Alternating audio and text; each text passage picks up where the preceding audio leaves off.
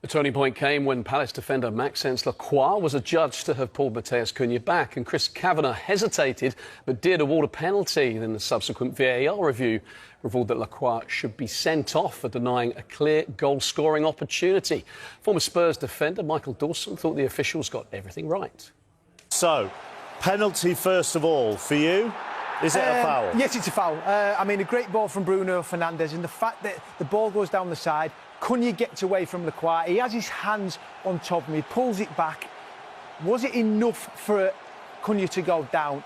As it continued from outside, inside, you can see his hand still on the top of Cunha's shoulder. Whether it be two fingers, a full hand, it continues. So it's in the box, down. so it's a penalty. It's a penalty, in my opinion. And then the final decision is, look, he hasn't made an attempt to play the ball, so has he denied a goal-scoring opportunity? That's when it comes in. Is this a dog's out? Is that denying of a goal-scoring opportunity? And in my opinion, as soon as he gets goal side and he goes down, that is an opportunity for Cunha to score a goal. So the red card, if you're going to give the penalty, has to be the only decision for you? You have to. Once he's decided that the foul that started outside continues in, then Chris Kavanagh has no alternative but to give a red card. Very, very soft. He goes down. If he doesn't go down, Cunha, would he have got it? I'm not too sure.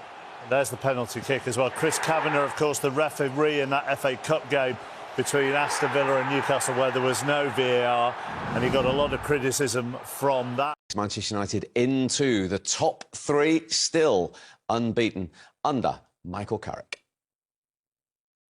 Tesco on the score sheet again. What did you make of his performance as a whole this afternoon? Yeah, Ben's there to score goals, and he's done enough of that lately, and it's something that I've said it. He's going to be an important player. He is an important player. He's going to be even more important as he kind of progresses and improves all the time. So to get his start today, for me, it wasn't a big drama. It was a natural kind of decision, and Ahmad coming on and rotating a little bit. But for Ben to get that goal again, that's some really important goals he's got for us, and it was a fantastic header.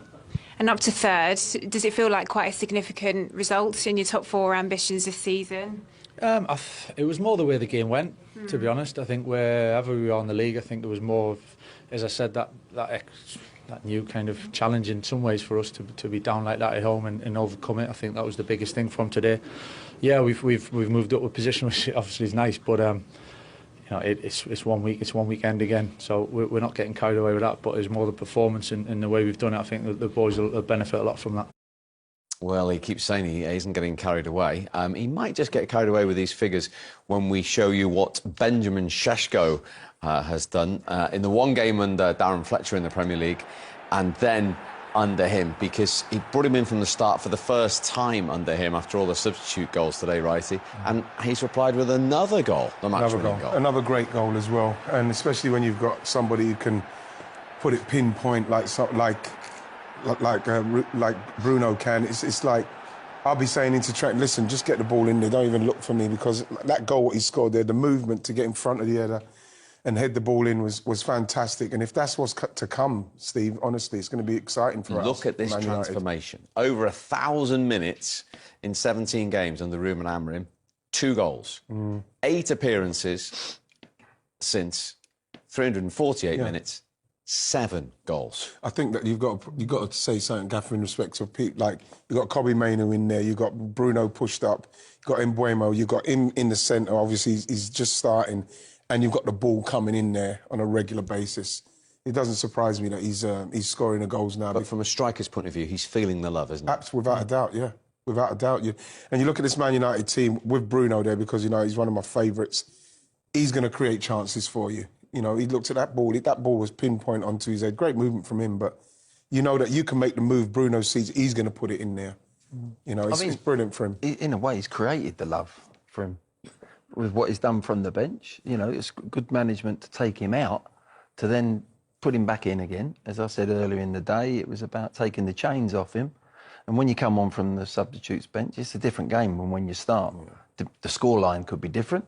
And he's gone and done the business. And then suddenly, now he's got his chance to play. What's he gone and done? If he hadn't scored today and United drew, we'd be going, oh, well, he might not be a good starter, but he's actually come up with the goods and made the winning goal. So, with a fantastic header, by the way. Yeah. It's a great technique, it really is. So he's going to be, under Amorim, with those stats that we said, he's probably apprehensive going into every game. Now he can't wait. He can't wait. He can't wait to get out there and play again, and the next goal's going to come round the corner. So the Michael Carrick effect, 19 points from 21 available. They are into the top 3 for the first time since May 2023. They were 11 points behind Villa on the day Michael Carrick was appointed, and there they are now above them. Yeah, it's just like a breath of fresh air in there. They've responded to him. He's playing players in their positions. He's playing them in a comfortable formation that they all know. You know what I mean? Brought back Kobe Mainoo. I'm really pleased to see that, especially with the World Cup coming up. He's pushed Bruno further forward. He's got Mbuemo and Cunha, who are really exciting players and good players, both putting in a shift. And then you've got Sesko scoring goals. So, you know, it's brilliant what he's done, Michael Carrick. And, you know what I mean? He deserves plaudits for what he's doing. If I don't know how Amorim must be feeling now with the same team doing unbelievable things now, but that's quite damning for him, I'd say. I mean, when you think about United at the end of the season, they lost to Tottenham in the Europa Cup final. Spurs, who hadn't had a great season, beat them 4 times that year. Yeah. I'm just saying that, but I'm just saying that's you like where, saying that. No, it's the only thing I can say this week. But that's where they were. Yeah, and it hasn't happened where you go, well, Amorim, you know, built something up and the basis was already there. No, it wasn't. They were plodding away, looking the same team, going to end up in the same position as they did last year, possibly, or maybe a little bit improved on that. But they ended up, whatever they ended up, down the bottom half of the league. Now, if someone had shook you and said, yeah, but you wait until March, they're going to be 3rd in the league, blah, blah, blah, you go, forget it, no chance. Michael Carrick has done an unbelievable job. Incredible job. How can you not give him that job?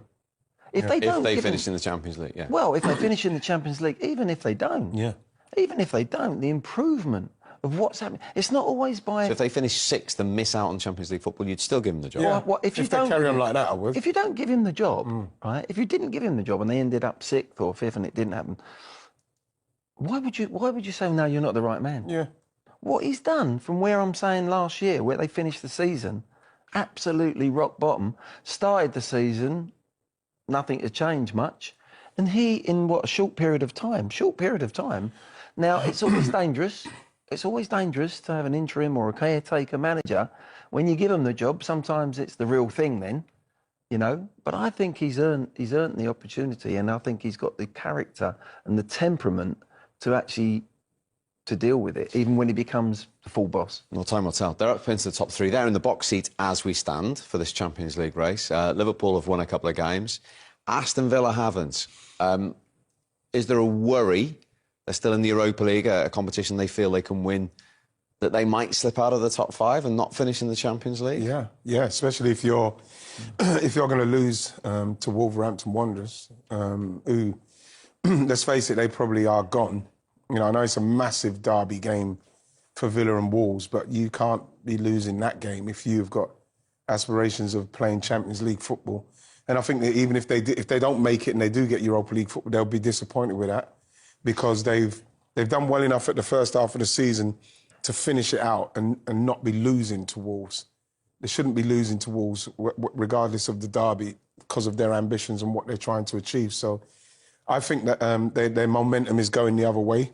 You know, you can get great momentum and you can get poor momentum, and I think their momentum's taking 3 wins in 10. Yeah, it's poor. It's the kind of momentum where people say things like, "Oh, they're on the beach," and they've got so much to play for.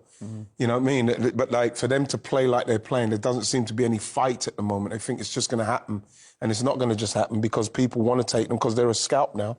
They're a top-end team, and at the moment, I think they might miss out. Interesting. I was with him after he had a spell at Forest. I had a penalty against Forest. He told me what he was supposed to do when he was there, so I knew what he was waiting from me. He even told me now at the end that he wanted to go again to the same side as he did last week and save it. Lucky for me, he went to the other side as I thought, and the ball went in. Well, you weren't done there. It was the perfect ball into Benjamin Sesko. How much trust do you have in him at the moment with the goal-scoring form that he's in? No, he's a very good player. You know, he just wanted to find his confidence back, and I think he can do much better. And he's a kid that always wants to improve. and I think he's aware of that. He's never happy with just a goal, and that's very important for a player to play at this club, because when you kind of relax and feel yourself too much, you go through the wrong path. But he's very aware that he needs to score week in, week out at this club, and he's doing that. And for everyone at the club, everyone is very happy with the progress he's having, and hopefully he's going to have even more goals until the end of the season.